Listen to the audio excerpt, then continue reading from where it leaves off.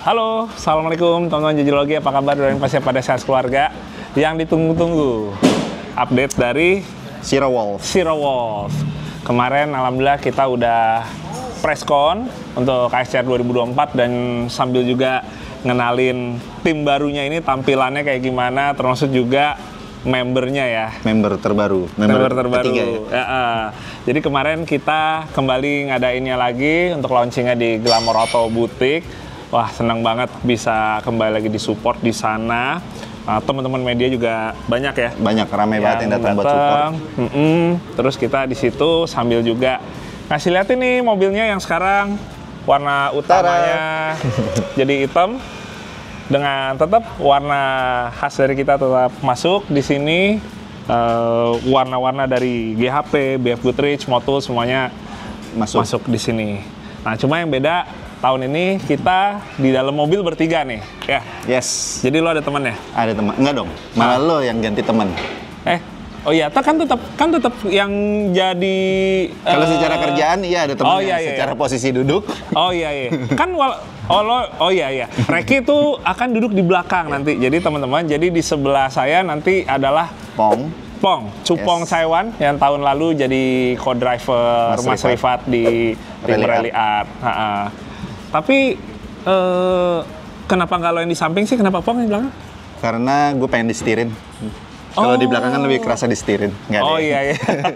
Karena sebenarnya kita khususnya gue mau lebih belajar lagi ke Pong, karena Pong kan jauh lebih banyak jam terbangnya gitu ya.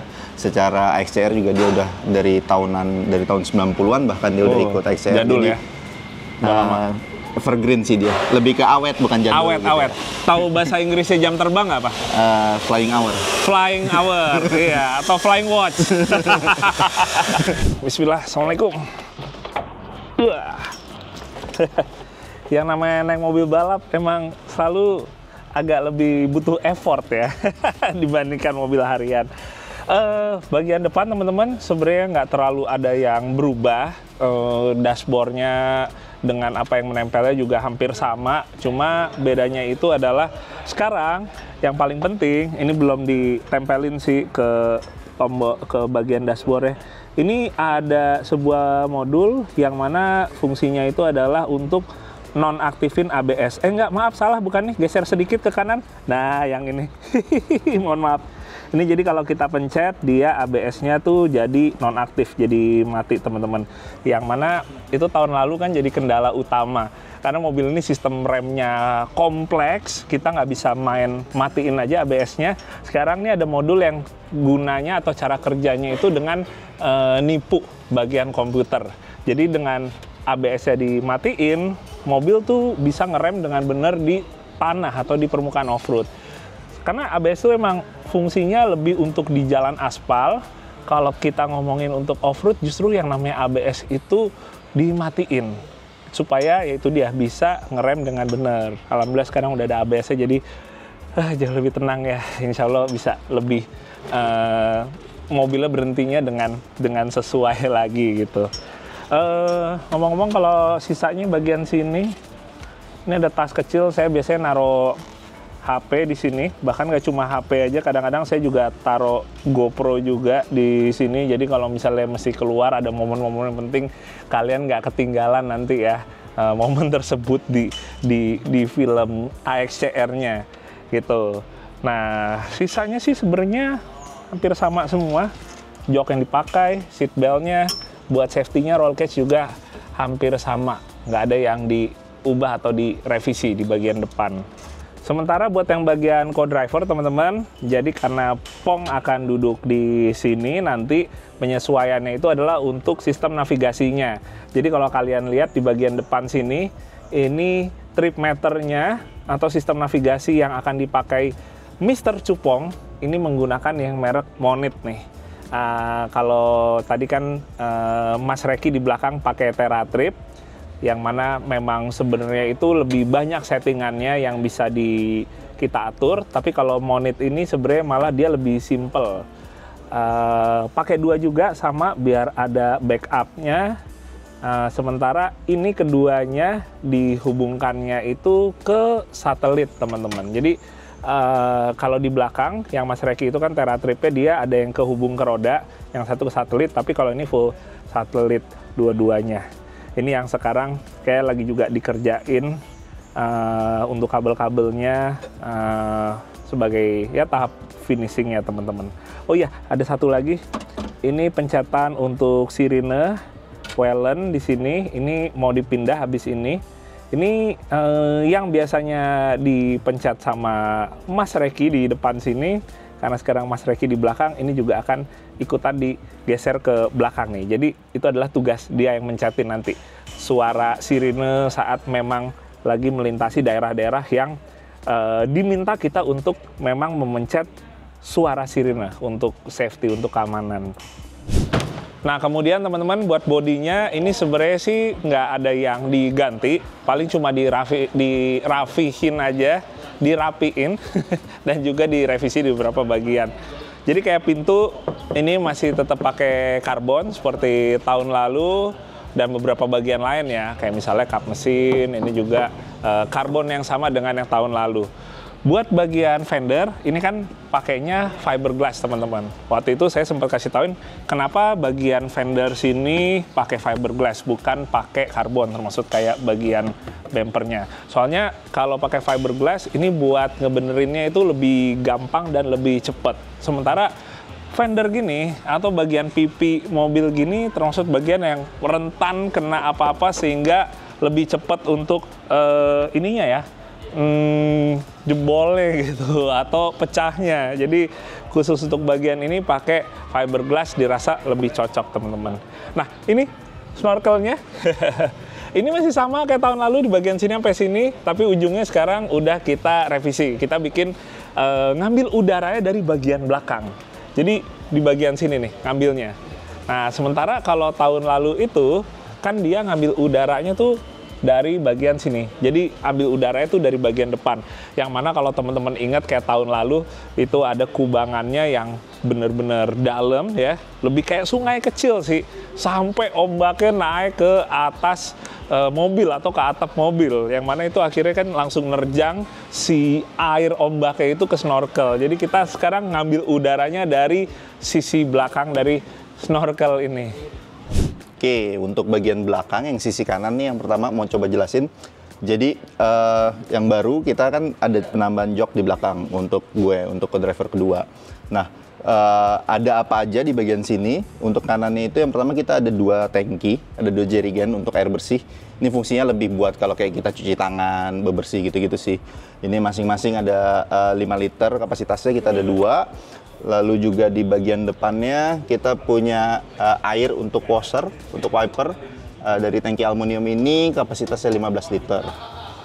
Oke, selebihnya sih di bagian sisi kanan ini nantinya kalau di sini ada ground anchor. Semoga ini nggak perlu dipakai juga ground anchornya. Kalau kita start kita pakai ini, lalu di sebelah sini ada dongkrak. Seperti itu. Sekarang kita lihat bagian kirinya. Nah, yang pertama kelihatan nih AC. Kalau tahun lalu kita mengandalkan AC hanya di depan karena nggak ada yang duduk di tengah. Kali ini kita tambahin nih ada satu standalone AC. Kalau teman-teman lihat di sini ada 4 outlet AC-nya, tapi sebenarnya yang bertugas buat ngedinginin kabin tengah itu hanya 2 yang di ujung-ujung. Sementara sisa 2-nya akan kita lariin ke depan buat bantuin dinginin bagian depan. Terus berikutnya di sini kita ada impact. Kalau kita butuh buat buka roda, posisinya di sini, tinggal dibuka aja nanti kita keluarin. Terus di bagian kotak ini juga nanti akan ada beberapa bentuknya bag gitu ya, ada P3K dan lain-lain. Akan kita strap juga di sini. Terus ada pemadam. Ini yang lithium, khusus untuk lithium pemadamnya, sedangkan untuk api biasa nanti ada di sebelah kanan. Oke, selanjutnya kita coba bahas si TeraTrip dan tablet ya. Gue coba naik dulu. Oke. Sekarang gue ada duduk di jok yang akan dipakai selama balapan nanti, posisi tengah, co-driver 2. Terus gue mau coba jelasin untuk perangkat yang kita gunain. Sebenarnya masih sama kayak tahun lalu, kita pakai 2 TeraTrip dan juga 1 tab untuk lihat peta. Di TeraTrip ini, di TeraTrip yang bagian bawah, itu yang akan kita reset setiap order pace note dibacakan gitu ya. Kalau tahun lalu ini ada di depan, posisinya udah kita pindahin semua, dengan penambahan ada saklar AC di sini. Jadi on off, mau fan speed berapa bisa diatur langsung dari sini. Sementara untuk reset TeraTrip-nya, pedalnya sudah juga dipindahkan di bagian sini. Jadi kapanpun kita butuh untuk reset, tinggal kita tekan. Selain perangkat ini, yang akan dipindahin juga adalah si sirine. Kalau tadi JJ sempat cerita, kan masih di depan sirinenya, nanti akan kita pindahin ke bagian sini. Jadi gue bisa pencet, bisa bantu kapanpun dibutuhkan sirinenya, gue bunyiin dari sini. Seperti itu. Nah, kemudian geser ke bagian suspensi, teman-teman. Sebenarnya kalau dibandingkan sama tahun lalu, itu hampir sama ya untuk suspensinya. Jadi kita tetap menggunakan shock breaker dari King Shock, baik itu yang coilovernya maupun yang shock keduanya, yaitu yang jenisnya bypass. Bagian belakang juga sama, masih tetap menggunakan 2 buah shock di setiap titik rodanya, jadi totalnya tetap 8 dengan settingan yang dirubahnya sih nggak terlalu banyak. Lebih banyak ngubah settingannya di belakang, karena sekarang kan mobilnya nih kita bertiga nih, distribusi bobotnya berubah, jadi karena yang nambah beratnya itu lebih ke yang belakang, jadi yang lebih di-adjust tuh yang di suspensi belakang, teman-teman. Terus buat gardannya, kayak misalnya aremnya itu, terus kemudian as rodanya ini tetap masih pakai Toyota Tundra. Alhamdulillah tahun lalu kita kan sempat jebur ya ke sawah itu dengan posisi mendarat hanya roda kanan depan saja, yang mana tuh tumpuannya tuh menitik di roda kanan depan ya dari seluruh bobot mobil itu. Buat di bannya aman, velgnya aman, buat kakinya aman, ya syukur alhamdulillah juga gitu. Jadi tahun ini lebih ke cek aja menyeluruh, termasuk kalau misalnya ada bagian-bagian yang mungkin mesti kayak dikasih grease lagi, digemukin lagi gitu, itu yang dilakuin sekarang. Sementara teman-teman, tadi lanjutin lagi dari suspensi buat velg dan ban. Velg kita tetap pakai velg yang sama, Brad Wheels. Ukurannya juga sama, bahkan ini sebenarnya velg dari yang tahun lalu kita bawa ke AXCR, yaitu velg yang tipe full race Dakar. Ukurannya adalah 17.8 dengan offset yang berbeda. Kalau yang depan ini pakainya ET20, kalau yang di belakang itu pakainya ET0. Jadi supaya kurang lebih kita bisa rata ya antara ban yang bagian depan dengan yang bagian belakang, teman-teman. So far pakai Brad ini juga puas, apalagi kalau kayak Brad Wheels ini banyak dipakai di rally raid, termasuk di Dakar, yang mana menjadi teman ban BF Goodrich untuk bisa sama-sama, kalau mereka bilang ya, mengukir prestasi gitu ya. Jadi kombinasi antara Brad Wheels dengan BF Goodrich Tires ini yang juga saya pasang nih di Zero Wolf ini. Hitung-hitung nih kalau orang bilang jadi manifesting juga ya. Ini setup yang kita umum lihat di Dakar, siapa tahu nanti juga nextnya insya Allah ada rezekinya juga untuk bisa berlanjut balapnya ke rally Dakar. Nah, kalau ngomongin untuk bannya, jadi sebenarnya ada cerita yang menarik yang mana membuat saya selama XCR 2023 tuh cukup lega, cukup confident juga jadinya, dan bersyukur banget pastinya.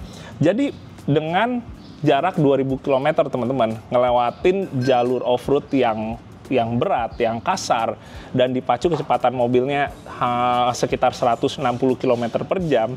Alhamdulillah ban BF Goodrich KM3 yang saya gunakan ini tidak ada isu sama sekali ya. Nggak ada yang namanya bannya itu bocor, atau bagian sidewall-nya sobek, atau shoulder-nya sini dia ada kerusakan.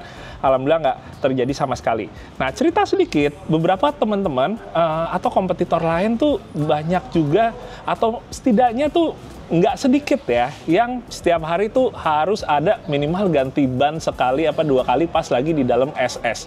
Ada juga yang setiap hari mereka harus ganti ban baru, karena setelah seharian dipakai itu kondisinya udah bener-bener boleh dibilang nggak layak lagi. Tapi untuk di ban BF Goodrich KM3 yang saya gunakan ini kemarin, boleh dibilang dari hari pertama sampai setelah seminggu kemudian, 2000 km, saya masih bisa menggunakan ban yang sama, dengan traksi grip yang sama, dengan kontrol yang tidak berubah semenjak hari pertama. Dan itu satu sisi bikin saya penasaran juga ya, sebenarnya secara teknisnya kenapa ya gitu ya, saya jadi penasaran sendiri. Nah, makanya itu dia, hari ini saya pas kebetulan banget bisa ngajak salah satu perwakilan dari BF Goodrich Indonesia, dan udah datang ke sini karena saya pengen ngulik nih, penasaran dengan beberapa pertanyaan tersebut. Oke, kita samperin dulu. Selamat sore. Selamat sore, Bang J. Sehat kabar? Alhamdulillah, gimana kabar, Bang? Alhamdulillah super. Alhamdulillah. Mantap. Terima kasih sore ini udah datang ke sini. Siap, sama-sama. Jadi kita sore ini kedatangan Bang Rozi, Halo. Product Marketing Manager BF Goodrich Indonesia, yang mana saya punya beberapa pertanyaan yang bikin sebenarnya penasaran juga kemarin ya. Jadi kepikiran terus. Sebenarnya secara teknisnya tuh apa yang membuat kemarin saya merasakan pengalaman dengan ban BF Goodrich ini, ya, gitu. Terutama KM3 ini ya. KM3, saya kan pakai betul. KM3 Betul, gitu, ukuran 285. 285. Saya pakai 285, ya. Oke. R17. Iya. Kita mungkin bisa geser langsung ke boleh, bannya ya. boleh, langsung lihat bannya ya. Udah penasaran teman-teman. Oke. Nah, Gimana, Bang J? Ya. Apa yang dirasain waktu dipakai dari yang pertama sampai dia bertahan di seminggu itu katanya kan? Iya, benar. Jadi gini Bang, pengalaman kemarin itu di antara banyak peserta yang ada, itu ternyata mereka banyak yang setiap harinya itu harus ganti ban baru. Ganti ban baru. Jadi setelah mereka pakai sehari itu kan kurang lebih misalnya total jarak 400 km misalnya, cukup 500 km. Iya. Besok paginya mereka harus start lagi dengan ban baru untuk amannya gitu. Tapi kemarin ini saya habis berapa kali udah hari pertama, kedua, ketiga, nggak cuma bentuknya aja, tapi kondisinya tuh untuk dipakai tuh tetap masih sama, ya? kayak hari pertama gitu. Iya, Kira-kira apa tuh yang bisa ngebuat jadi kayak gitu tuh, Mbak? Sebenarnya dari story BF Goodrich kan di-develop memang untuk race yang Bang Jiji tahu ya. Rata-rata driver racing atau WRC yang di kondisi di off-road itu memang udah kenal lah orang pakai BF Goodrich. Ya. Nah, BFG KM3 ini memang di-develop untuk kondisi jalan di ekstrim ya. Ekstrim artinya bukan ekstrim lumpur dalam, tidak, tapi memang untuk ekstrim off-road. Mau speed off-road, mau slow off-road, atau rock crawling juga sebenarnya mereka di-develop untuk itu si BFG KM3 ini. Dari sisi tread design ini, tread ini, tapak ini kan disebut dengan desain yang cukup apa ya, kalau buat saya bahasanya cukup fenomenal. Namanya terrain attack gitu. Terrain attack. Berarti dia kan kayak segala medan, segala terrain sanggup dia jalanin. Itu yang membuat BFG ini cukup bisa dibanding yang sebelumnya, produk sebelumnya. Dia ini 5% lebih baik traksinya di kondisi jalan berlumpur. Dibanding yang versi sebelumnya ya. Dibandingkan, berarti kalau di sini kita bandingkan sama KM2 ya? KM2 betul. Dibanding versi sebelumnya kita develop, dia dengan terrain attack ini, dia punya 5% dari segi tes ya, dari handling segala macam, itu 5% lebih baik dibanding KM2. Jadi memang traksi di kondisi jalan berlumpur the best dengan kondisi terrain attack ini namanya. Oh, ini terrain attack berarti yang kalau kita lihat nih di bagian sidewall ada tulisan TA ini. Karena banyak juga yang mikir teman-teman, TA ini maksudnya AT. Padahal kalau AT kan mestinya kan ya A garis miring T gitu ya. Tapi ini kan T garis miring A. Sebenarnya TA ini bukan terrain attack. Oh. TA itu traction advantage. Jadi dia memang untuk traksi.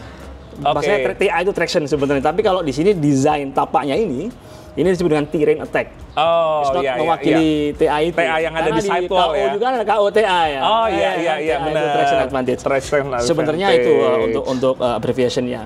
Tapi dari sisi tidak hanya dari desain saja, kompon pun kita rubah. Kompon kita rubah untuk supaya apa? Supaya dia sanggup untuk bisa menerabas jalan berbatu.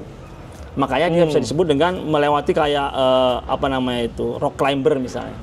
Kita butuh kompon yang lebih stiff, lebih tahan terhadap abrasif. Betul nggak? Iya. Kadang kan makanya kadang-kadang customer atau driver yang lainnya itu dia pakai di jalan rusak betul, atau batu, banyak dia gombel-gombel. Takutnya kan itu, makanya dia harus ganti di berikutnya kan. Antara kayak gitu atau nggak banyak juga yang jadi benjol-benjol. Betul. Nah ini kita redesign yang namanya komponnya. Ini lebih baik dibanding yang generasi sebelumnya, sekitar 8% lebih baik. Kita sebutnya dengan crawl tech namanya.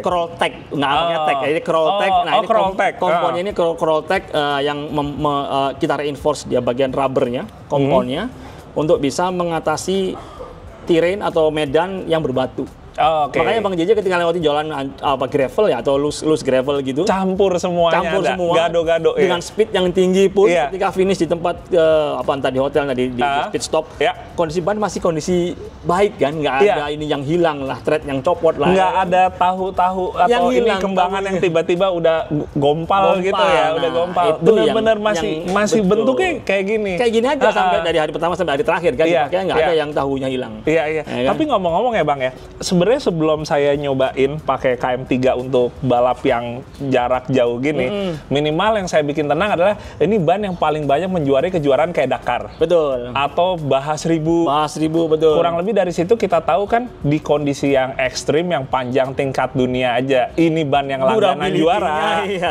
Mestinya itu jadi satu hal yang bikin saya makin confident juga. confident, betul, Begitu nyobain langsung teman-teman, oh iya bener ternyata ya. Iya. Ternyata nggak cuma hanya istilahnya sebuah apa ya, untuk iklan atau promosi aja, Nggak pakai bumbu pemanis. Nggak, Bukan, nggak. begitu dirasain langsung, emang literally kemampuannya seperti itu, luar biasa gitu. Ini kita bumbunya kita rakit, di bumbu itu kita rakit, tapi kita jadikan sesuatu yang nyata gitu. Bukan hanya kecap ya. Iya. Inilah yang didapat Benar, oleh Bang JJ. benar. Satu lagi memang kita juga punya core guard. Ingat di semua line up BFG-nya kita punya Oke. sekarang core guard. Core guard tuh berarti Core di guard bagian itu mana Bang? Di bagian ini melindungi ban dari scratch atau dari sobekan samping ya. Berarti ini shoulder di tebal. sini ya? Betul, di bagian dinding ini kita sebut dengan core guard yang membuat dia lebih tahan terhadap scratching. Aha. Makanya di sini lebih tebal sekitar 4 sampai 5 mili, 4,5 mili.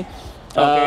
Yang juga ketika ban itu tadi Bang JJ kan mainnya sprint rally atau Ya. artinya lebih rally kencang, tapi Lebih high speed. pressure-nya kan normal ya atau tinggi bentuknya Ya, kan. benar. Nah, kalau kita main di low speed misalnya, kita kan Oke. adjust untuk lowering the pressure kan, atau Ya. ngurangin angin. Nah, itu yang membuat dia lebih tahan terhadap scratch ketika dia di lowering anginnya. Tapi Bang JJ lebih aman, relatif jauh lebih aman karena pakainya pressure-nya tinggi. tekanan tinggi. Ya. Benar. Tapi berarti kalau misalnya kita kayak pakai untuk yang tekanan rendah, misalnya lagi slow speed ya, adventure gitu, itu kan pressure Kadang- rendah. Betul, karena suka nyenggol batu, nyenggol akar gitu iya, ya. Nah, itu iya. lebih tahan dia terhadap scratch. Iya. Sobekan itu tadi. Oke.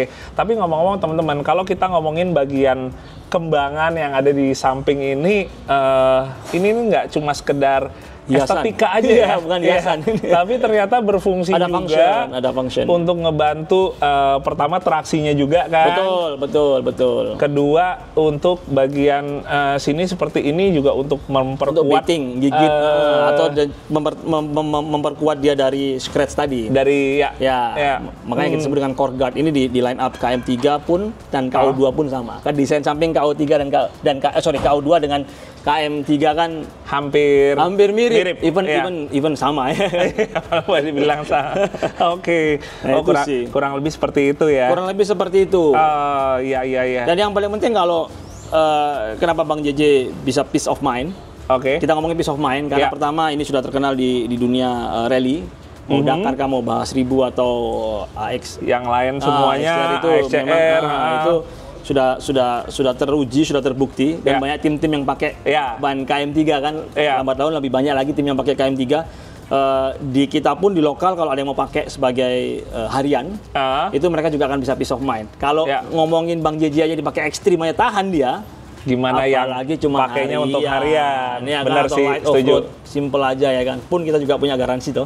Oh iya. Ya kan, yang perlu kita kasih tahu ke teman-teman adalah kita jaga peace of mind dari driver atau owner dari kendaraan yang pakai ban BF Goodrich apapun itu.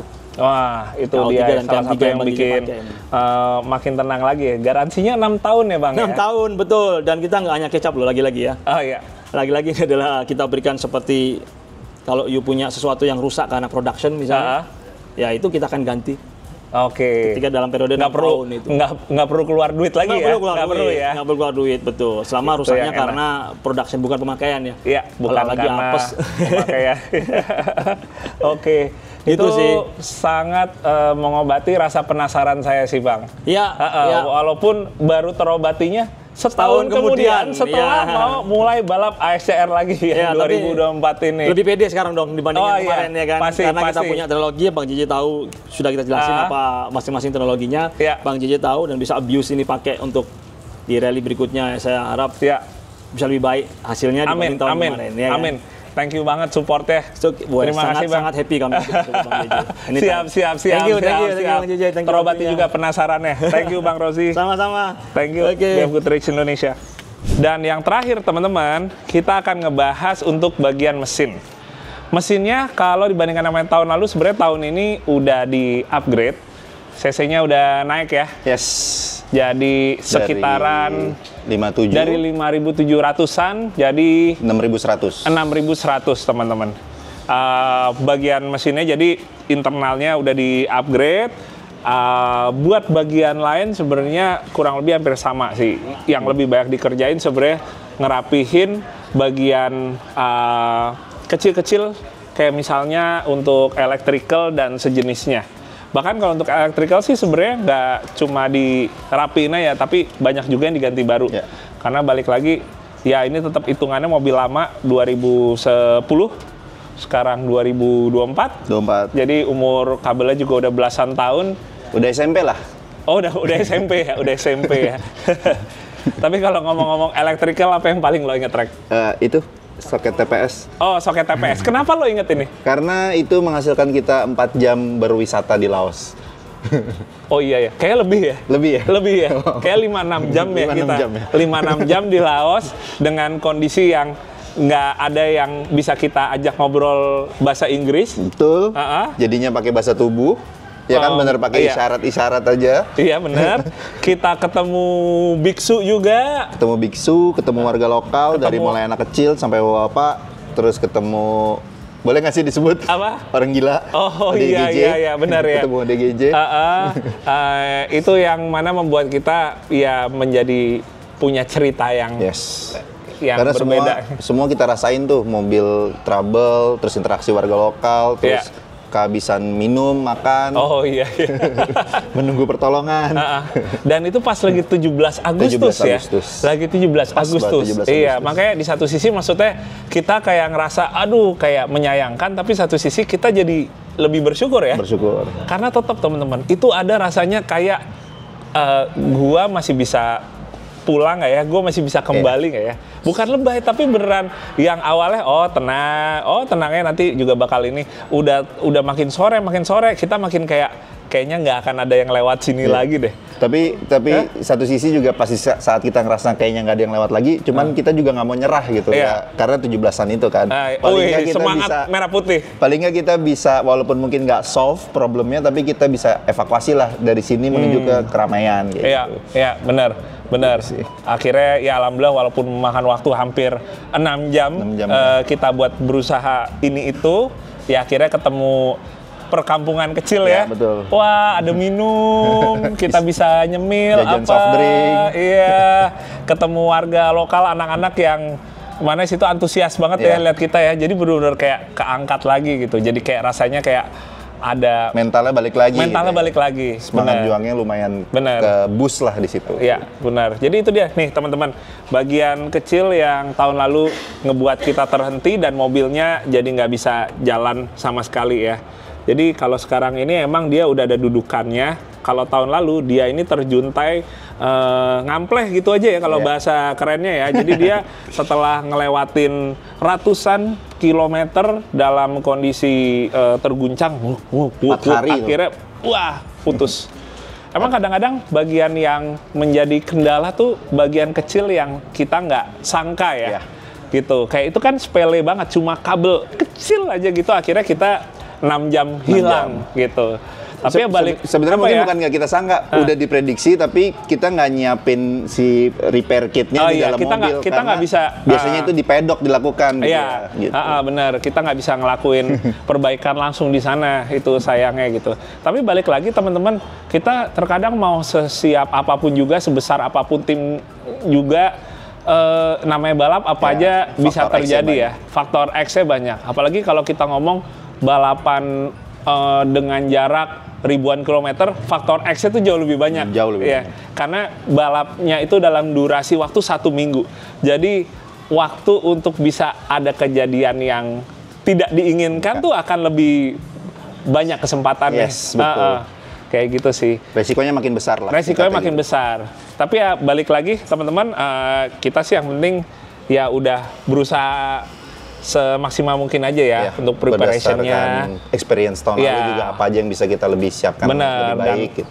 Pasti ya juga selalu nggak lupa berdoa buat kelancaran nanti. Amin. Karena sekarang udah tanggal 23 nih, kita akan berangkat insya Allah tanggal ini 23 Juli, berangkat tanggal 7 Agustus. Ya, kemungkinan 7 Agustus. Tapi dia berangkat duluan. Berangkat duluan nih, mungkin tanggal 27 Juli duluan.